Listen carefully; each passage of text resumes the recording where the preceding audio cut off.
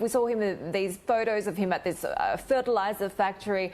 No information as to what's happened over the last almost month. Yeah, that's right. I mean, Kim's reappearance May 1st at that fertilizer factory to commemorate May Day answered some key questions. The most prominent one, of course, is that he appears to be very much alive. But again, as you said, Heidi, it didn't really solve the mystery of why he was out of the public eye for nearly 3 weeks. Did he have cardiovascular surgery? Did that reported procedure go wrong? Was he isolating, however, because of coronavirus? We've all heard the various reports and speculation.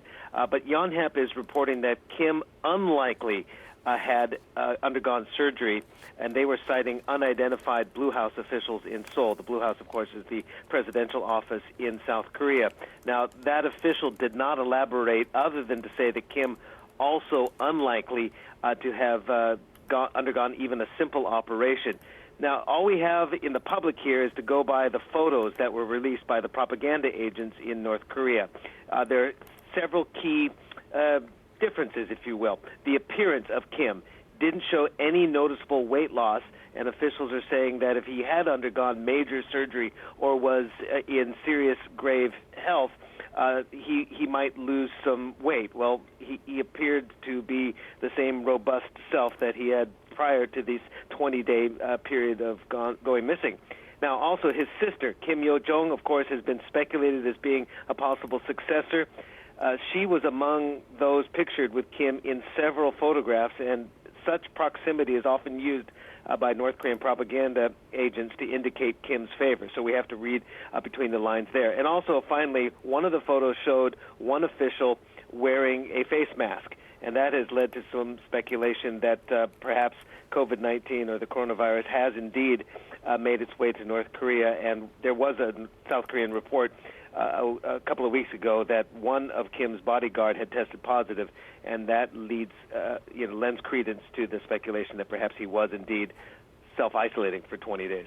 And Steve, we also understand that there were shots fired across the DMZ the day after Kim reappeared. We haven't seen that in years. What should we read into this? Yeah, there's more mystery surrounding this incident as well. Mike Pompeo, the U.S. Secretary of State, for one, saying his estimation and their intelligence shows that perhaps it was accidental.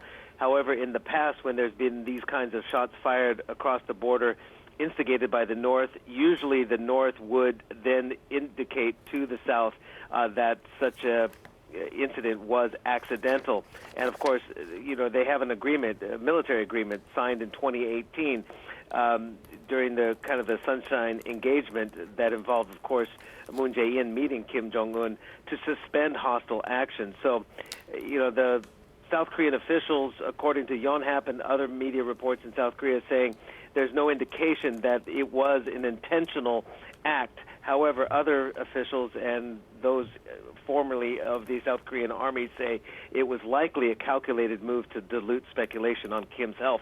Same thing happened, remember, Sherry, in 2014 when Kim went missing for 6 weeks and showed up with a limp after 6 weeks. There were also shots fired across the border, perhaps as a diversion. Anyway, again, we're going to have to speculate a little bit more. What we do know is that North Korea first fired several shots Sunday morning at 7:41 across the DMZ. It was met with retaliatory gunshots by the South Koreans and a verbal warning. No casualties were reported. But again, it's another indication that things on the Korean Peninsula are still unstable.